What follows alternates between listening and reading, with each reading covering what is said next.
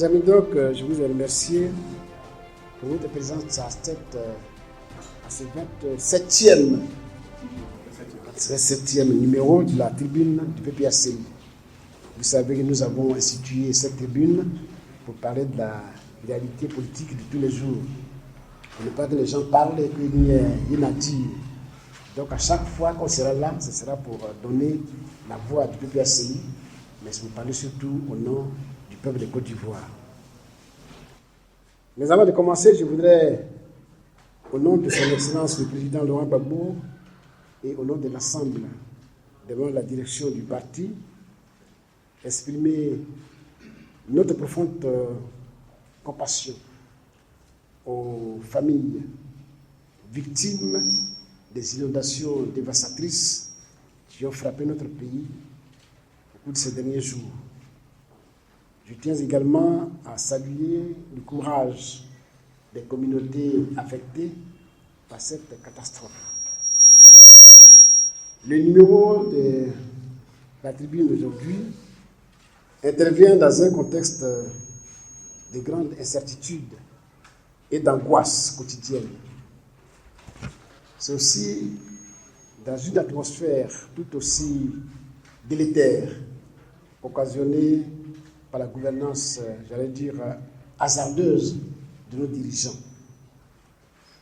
Donc notre intervention, comme l'a dit le maître de cérémonie tout à l'heure, va s'articuler autour de deux points essentiellement. Ce que nous avons défini comme la politique ou l'actualité politique, et en deuxième lieu, des missions du parti sur le terrain. Ce que nous avons appelé CAP 2025. Chers amis, donc, vous n'êtes pas sans savoir que le gouvernement a récemment modifié l'article 185 du Code pénal. Cela a suscité de vives inquiétudes et des critiques de la part de nos députés, les députés de PPACI, mais aussi les députés de l'opposition, notamment du PDCI-RDA. Nous considérons que cette disposition a pour objectif de museler l'opposition et de réduire au silence toutes les voix discordantes au régime actuel. C'est une grave atteinte aux libertés fondamentales qui sont garanties par notre Constitution.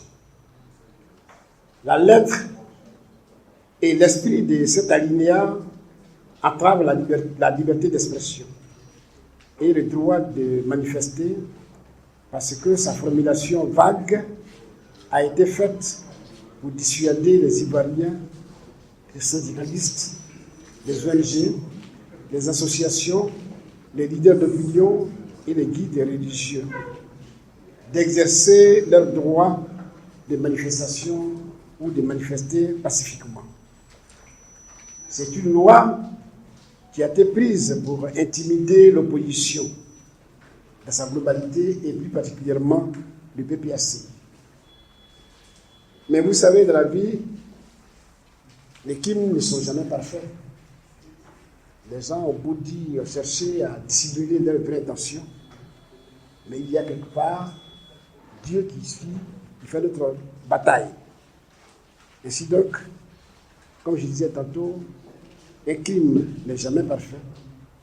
Et cette intention a été dévoilée en direct à la télévision par Maître Abdoulaye Ben Meïté, par ailleurs avocat du RDR et avocat de l'État de Côte d'Ivoire, ensuite président de la Commission des affaires générales et institutionnelles de l'Assemblée nationale. Ce monsieur soutient sans embâche que les partisans du monsieur Laurent Gbagbo, je cite intégralement ce qu'il a dit, que les partisans de monsieur Laurent Gbagbo, s'ils venaient à manifester pour soutenir monsieur Laurent Gbagbo parce qu'il n'est pas inscrit sur la liste électorale, tomberaient directement sous le coup de cette loi. Ça veut tout dire. Ils ont pris la loi pour que le président Laurent Gbagbo, ses partisans, ne puissent pas manifester et dire que comme il n'est pas candidat, il n'est pas sur la liste électorale, nous ne sommes pas contents. On nous réunit ça. On n'a pas le droit de manifester notre mécontentement parce qu'une loi existe et que cette loi va nous empêcher de le faire. Donc voilà pourquoi ils ont pris cette loi. D'aucuns disaient oui, la loi a été prise il y a plus de 10 années, il y a plus de 20 années, et vous n'avez rien dit, ce n'est pas maintenant qu'il faut réagir. D'ailleurs, les amendements que vous avez proposés ne doivent pas intervenir à ce moment-ci, c'est avant qu'il fallait le faire. Non, ils savent ce qu'ils font, ils savaient ce qu'ils faisaient. Ils ont dit merci à Méïté. Lui, au moins, il a eu le courage de dire ouvertement ce que le RDR et le RHDP pensaient tout bas. Voilà donc l'enjeu. Et voilà donc pourquoi cette loi a été votée. Mes camarades, nous PPACI, nous Côte d'Ivoire, nous ne cesserons de dénoncer ces injustices et de nous battre pour le respect des droits et des libertés de tous les Ivoiriens. C'est notre engagement. Et c'est pour ça qu'on est parti politique. Pour rappel, je veux dire qu'en 1992, le Premier ministre Ouattara a fait voter en catimini la loi anti-casseurs. Et cette loi anti-casseurs a été utilisée pour faire arrêter le président Laurent Gbagbo et ses camarades. Ils étaient contents. Mais des années plus tard, cette même loi a été utilisée pour emprisonner les dirigeants du RDR, notamment Mme Henriette Dagui-Diabaté et Feu Abantou Gon Coulibaly. Ce rappel souligne que toutes les lois ou toute loi qui cible une personne ou un groupe n'est jamais bonne, n'est jamais véritablement juste. Parce qu'elle peut réserver des surprises. Nous sommes pour qu'on vote une loi impersonnelle. Le PPACI continuera à jouer ou à porter la voix de tous les Ivoiriens qui aspirent à la paix, à la démocratie et à la vraie réconciliation en Côte d'Ivoire. C'est aussi notre engagement. Donc, malgré les obstacles, nous ferons ce que nous avons à faire. Et ce que je vais vous indiquer. Chers amis, je ne peux manquer d'évoquer le message à la nation prononcé par le chef de l'État devant le Congrès le mardi 18 juin 2024. À vrai dire, nous sommes restés profondément sceptiques en ce qui concerne la réalité du bilan brandi devant les caméras du monde entier. Et nous doutons raisonnablement de la portée des mesures proposées aux Ivoiriens par le régime Ouattara. De la forme, ce discours a manqué de solennité. Le chef de l'État l'a confondu avec le populisme. Dans le fond, cette litanie de satisfecit s'apparente à un discours de conseil de ministres à la veille des vacances gouvernementales ou à la veille d'un remaniement ministériel pour féliciter ceux qui vont certainement partir ou rassurer, ou ceux qui vont certainement rester, ou rassurer ceux qui vont aussi rester, mais pour que les autres aussi soient dans le doute. Parce que si on n'a pas dit ton nom, c'est sûr que tu partiras le lendemain. Donc c'est à cet exercice-là que le chef d'État s'est évertué pour dire aux uns et aux autres que vous, les ministres ici, si vous avez des chances de rester dans le projet de gouvernement, ceux que je n'ai pas cités partiront certainement. Mais qu'est-ce qu'on a à foutre avec ça? Qu'on encourage son ministre à un conseil des ministres, on le comprend. Mais qu'on invite une grande assemblée de cette manière, une institution comme les deux chambres des chambres parlementaires de Côte d'Ivoire, pour nous dire qu'on est venu féliciter un ministre parce qu'il a bien travaillé, cela nous gêne énormément. Donc je veux dire qu'il n'était pas nécessaire de convoquer une assemblée aussi coûteuse pour nous dire que tout va bien dans le meilleur des mondes et que circuler, il n'y a rien à voir. C'est cela qu'on peut décrypter dans le discours du chef de l'État. Derrière les belles paroles, nous ne voyons pas des réponses concrètes aux véritables préoccupations des Ivoiriens. Devant les interrogations des Ivoiriens, le chef de l'État s'est contenté de faire de l'ironie sur les attentes et les souffrances du peuple en encensant ses ministres. Pour un discours sur l'état de la nation, le chef de l'État a choisi d'ignorer les vrais problèmes, notamment la réconciliation nationale et la cohésion sociale, la cherté de la vie et la baisse constante du pouvoir d'achat, l'augmentation du coût de l'électricité, les causes non naturelles des inondations, les effondrements d'immeubles, l'endettement excessif qui suscite aujourd'hui en notre sein une inquiétude légitime quant à son remboursement futur. Les déguerpissements, oui, les déguerpissements. Les déguerpissements, nous parlerons ici tout simplement des déguerpissements de l'abattoir de Port-Boué. Ce qui nous dénonçons, c'est la méthode inhumaine utilisée par le gouvernement, laquelle méthode inhumaine a dégénéré en affrontement violent avec la police. Des populations déjà vulnérables ont été jetées à la rue. Et certaines d'entre eux ont dû regagner leur pays d'Ardar, ce qui est en déphasage avec les valeurs d'hospitalité que nous incarnons en Côte d'Ivoire. À certains moments de son discours, en voulant justifier la CMU, c'est comme ça qu'on l'appelle, fonctionne bien, en voulant démontrer que les populations bénéficient des mesures mises en place pour sa gouvernance et qu'il n'y a rien à proposer aux Ivoiriens parce que tout a déjà été fait. Le chef de l'État nous a donné l'impression de vouloir reprendre ou répondre aux 10 piliers de la future gouvernance du président Laurent Gbagbo. Mais c'est peine perdue. La photocopie n'est jamais égale à la copie intégrale. Mais c'est peine perdue. Le ton et le contenu du discours ne répondent pas aux préoccupations locales. Le chef de l'État a tout simplement ignoré les souffrances des Ivoiriens. C'est un manque d'empathie. Il nous a donné l'impression de ne s'adresser qu'à son plan et non à la Côte d'Ivoire. Le chef de l'État, à notre avis, doit se reconnecter aux réalités des populations ivoiriennes. Voilà la leçon que nous tirons de son message. Il doit se reconnecter à la population ivoirienne. Nous avons l'impression qu'il vit un peu au-delà de la Côte d'Ivoire. Avec le président Laurent Gbagbo, nous voulons construire une alternative crédible. C'est pourquoi, après son investiture en qualité de candidat du PPACI à l'élection présidentielle de 2025, nous avons lancé l'opération CAP 2025 pour concentrer tous nos efforts sur la préparation des élections de 2025, à commencer par l'élection présidentielle.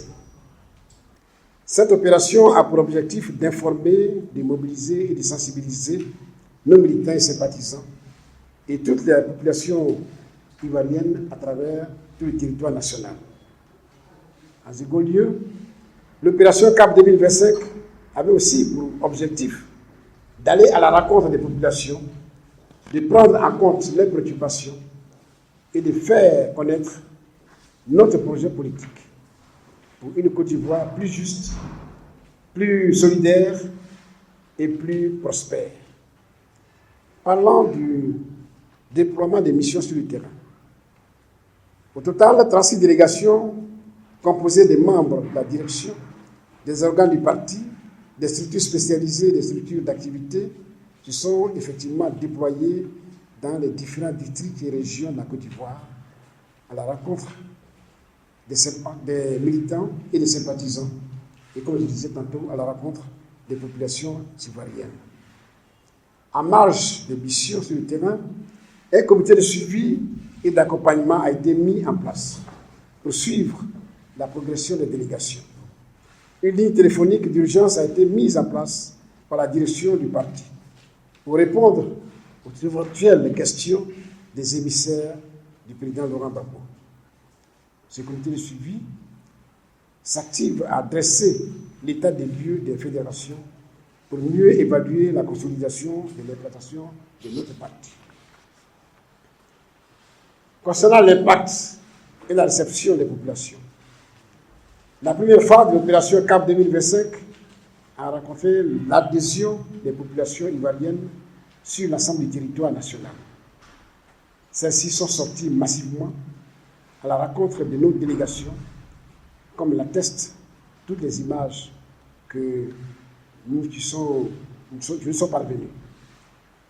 Les missions ont été l'occasion pour consolider l'implantation du parti, je le disais tantôt, sur le territoire, et de mettre en ordre de bataille nos militants et sympathisants pour gagner les élections de 2025 dans la vérité des urnes.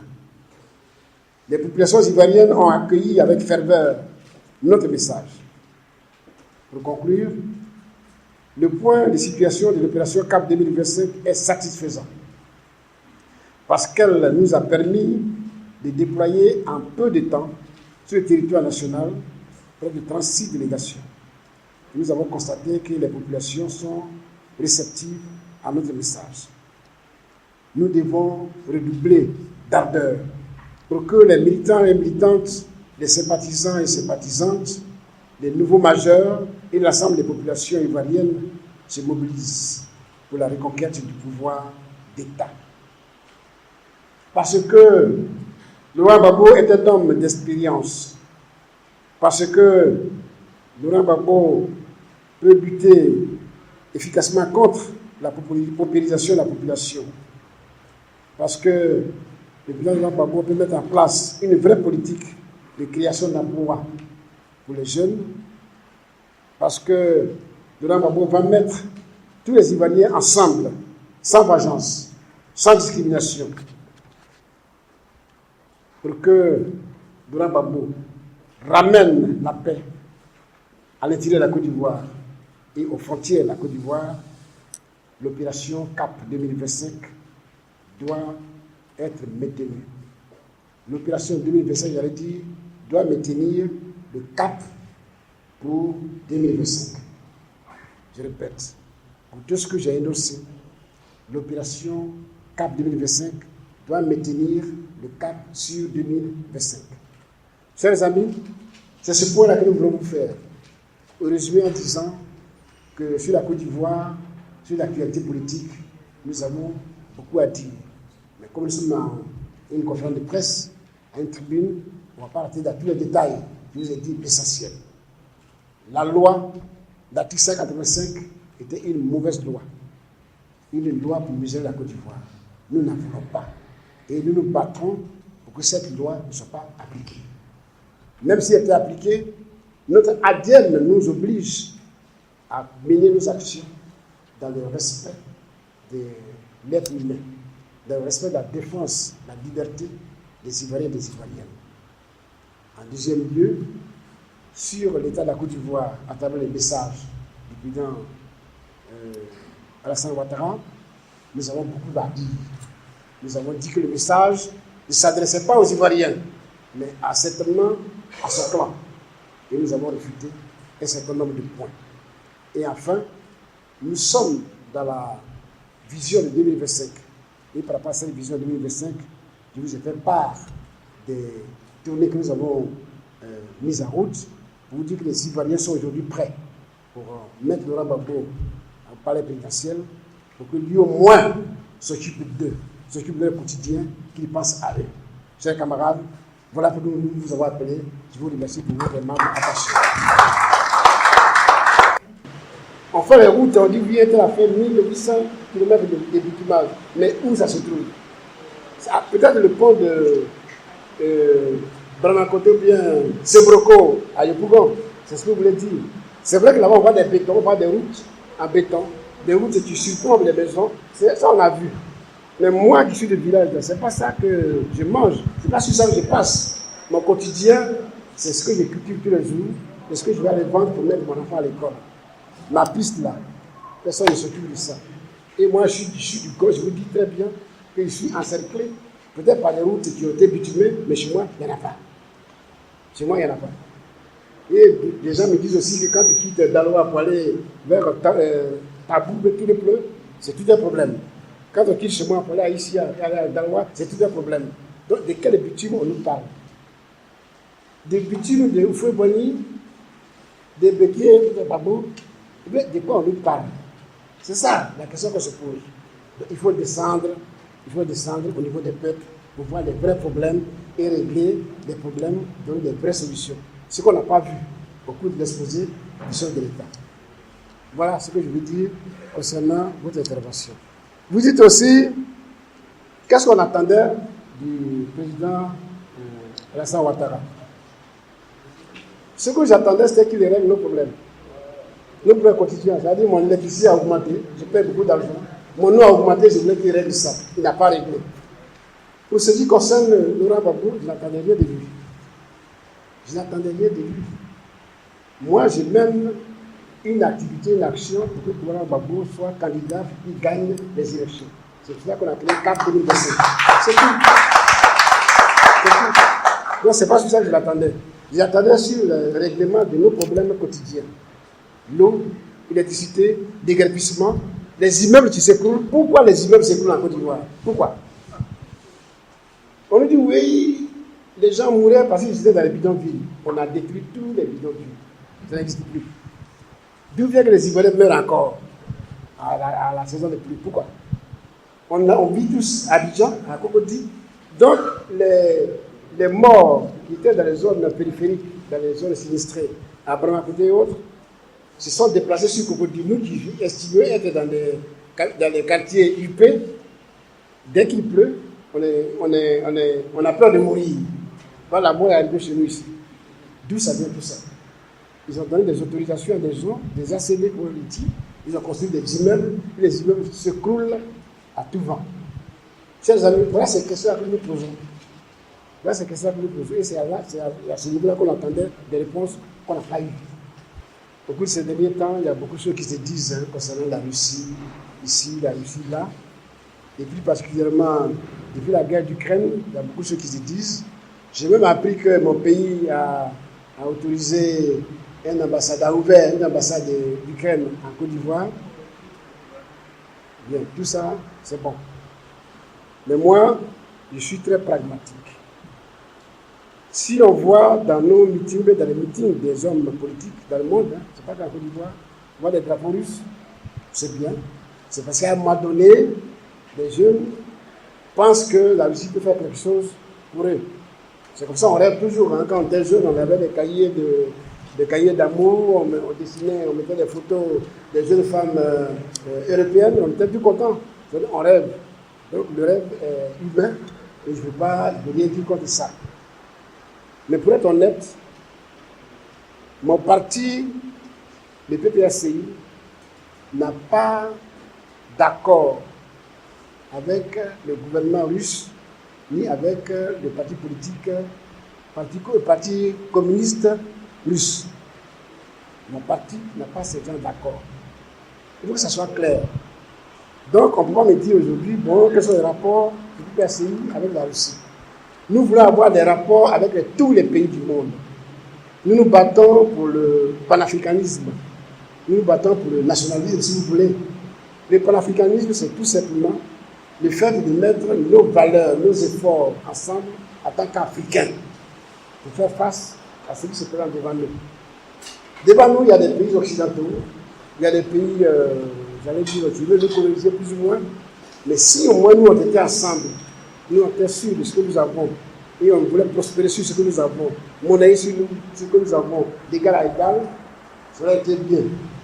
Et nous, le panafricanisme que je défends, c'est par rapport à ça.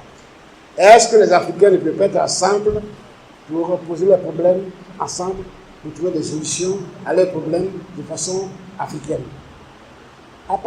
Une fois qu'on a posé ce postulat, tout individu qui est en face de nous, enfin toute organisation qui est en face de nous, on met des discussions. Et si nous sommes gagnants, ce que les gens nous proposent, on est preneurs.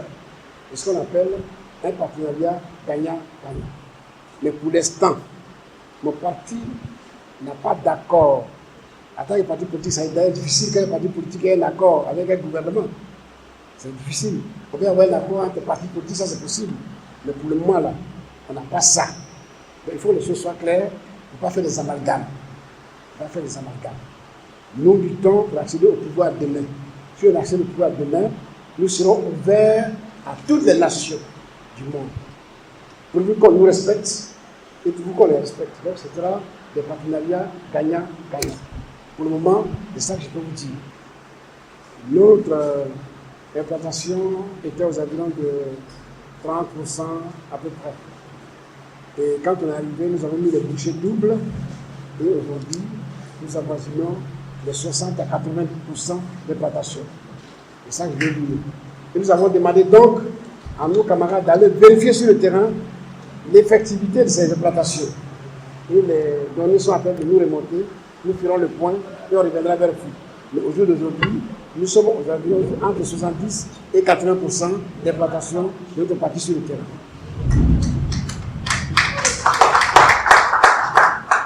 Deuxième point, la saisine du comité du Conseil constitutionnel. C'est bien ça, hein, par rapport à la loi, à l'article 185. C'est bien ça. Bien, les députés sont ici. Ils n'ont pas encore dit visiblement, de façon lisible, qu'ils ont déposé une requête au Conseil constitutionnel. Ils ne l'ont pas encore dit ouvertement. Mais moi, je pense que s'ils veulent bien que le faire, je donne mon sentiment personnel. Cette loi a été votée parce que le président Ouattara veut qu'elle soit votée. Que tu aies un conseil constitutionnel ou pas, cette loi, il a voté la loi. Et ce n'est pas notre conseil constitutionnel qui va désavouer le président de la République. Tel qu'on la connaît, tel qu'on connaît la procédure, ça m'étonnerait que le conseil constitutionnel désavoue l'Assemblée nationale et le président de la République. Ce que je dis, je répète, nous allons nous battre. Nous sommes toujours battus contre les obstacles. Nous allons nous battre, avancer, plus avancer. Quelqu'un me posait la question la dernière fois. Je dis que dans le travail que nous faisons, il y a 3 formes de persécution, de punition. On te tue, donc tu es mort. On te met en prison, donc tu n'as plus droit à la liberté. On te met en exil, donc tu n'es pas dans ton pays, tu souffres ailleurs. On te prend des biens, c'est ce qu'on appelle ici les comptes bloqués, à défaut d'avoir détruit ta maison ou ta plantation. Donc nous, anciens FPI, niveau PPACI, nous avons connu tout ça. On a connu la mort, on a connu la prison, on a connu l'exil, on a connu les destructions des biens. Qu'est-ce qui peut nous faire peur maintenant ici? Ce sont des méthodes d'intimidation, mais la lutte, là, nous y croyons, nous allons lutter. Nous allons lutter. Et puis, le Conseil constitutionnel va faire son travail. On m'a dit que les ONG veulent saisir le Conseil constitutionnel. C'est ce que j'ai appris sur les réseaux sociaux. Donc, chacun fait son travail. S'ils réussissent, tant mieux. Mais ce que je sais, concernant le cas du président Gbagbo, donc je ne vais pas parler ici dans le cadre du message du président Ouattara, mais nous sommes allés jusqu'à l'international. L'international a donné une décision favorable au président Gbagbo et le président Ouattara a refusé de l'appliquer. Et pour ne pas l'appliquer, il est sorti de la Cour de justice africaine. Donc, nous là, on entend bien de tout ça. Nous avons mené notre but, on l'avons toujours mené. C'est ça que je peux dire, sur ce plan. Sur la santé même, ils ont dit que oui, le plateau technique aujourd'hui est hors pair. La CMU fait que les gens peuvent se soigner où? Mes chers amis, vous avez vos cartes de CMU ici? Aucun, moi je n'en ai pas. Et comme je suis pharmacien, que les amis pharmaciens parlent avec moi, à un moment donné, ils ont livré des médicaments, de générique des médicaments de pleine nécessité dans les pharmacies. Pour que les gens qui ont la carte viennent récupérer, viennent prendre les médicaments. Mais ça n'a pas fonctionné. Les pharmaciens ont reversé les médicaments au ministère. Ça n'a pas fonctionné et ça ne peut pas fonctionner. Ça ne repose sur rien. La base là n'est pas solide. Nous avions commencé l'assurance maladie universelle, qui était assis sur un socle. Moi-même, ministre de l'Agriculture à l'époque, j'avais déjà fait avec Mme Rossi la caisse agricole. La caisse agricole l'avait déjà faite. On était prêts à lancer, ils sont fait leur coup d'État, nous allons empêcher. Ils ont repris le dossier. Au lieu de partir sur la base que nous avons mise en place, ils ont pu tout créer, tout recréer. En recréant, on a des difficultés. Il faut aujourd'hui avoir la CMI pour mettre son enfant à l'école. Il faut avoir la CMI pour aller passer les BPC, le CEP. Dans quel pays on est? Un enfant qui veut passer son CEP. On va lui demander la CMI. Pourquoi? Il faut avoir la CMI pour mettre son enfant à l'école. Ça. On va où là? Alors que dans le même temps, vous luttez contre l'analphabétisation. Il faut que les enfants aillent à l'école, que les jeunes aillent à l'école. Mais vous les empêchez d'aller à l'école en exigeant la CMU à leurs parents. Il y a quelque chose de paradoxal. C'est contradictoire. Donc, voilà tout ça qui nous pousse à dire que tout ce que les gens disent là, ce ne sont que des paroles. Des paroles qui sont assises sur aucun fait solide. Le Conseil d'État a joué un rôle à un moment donné. Moi, ça n'engage que moi. Sur ce que je vois dans mon pays, les institutions, on les respecte. Et je les respecte. Dans une nation, dans une république, c'est les institutions qui consolident la république. Mais malheureusement, les hommes et les femmes que nous mettons à la tête de nos institutions sont tellement partisans que les vrais problèmes sont éludés parfois.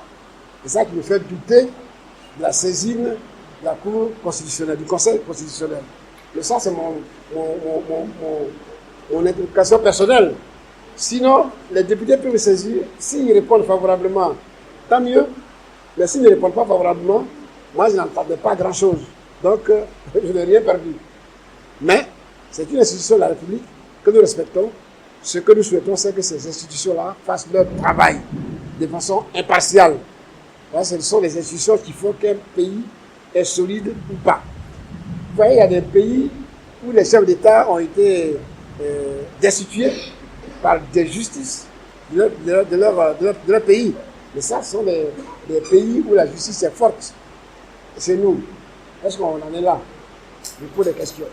Et ça, c'est que moi, je me pose des questions. En tant que citoyen, je me pose des questions. Maintenant, saisir le Conseil constitutionnel, c'est une bonne chose.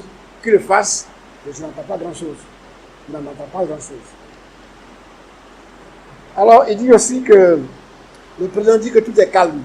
Oui, on dit la paix, les gens disent que la paix, c'est l'absence de bruit. C'est l'absence de pluie. C'est ce qu'ils appellent la paix. Mais celui qui a donné cette définition, il a allé trop vite en besogne. Parce que la paix, quand les prêtres disent la paix du cœur, ça veut dire qu'intérieurement, on doit sentir la paix.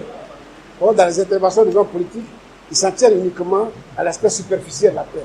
C'est-à-dire, comme il n'y a pas de bruit, on dit il y a la paix. Mais là, il y a eu le tonnerre tout à l'heure. Là, il y a eu la paix ici.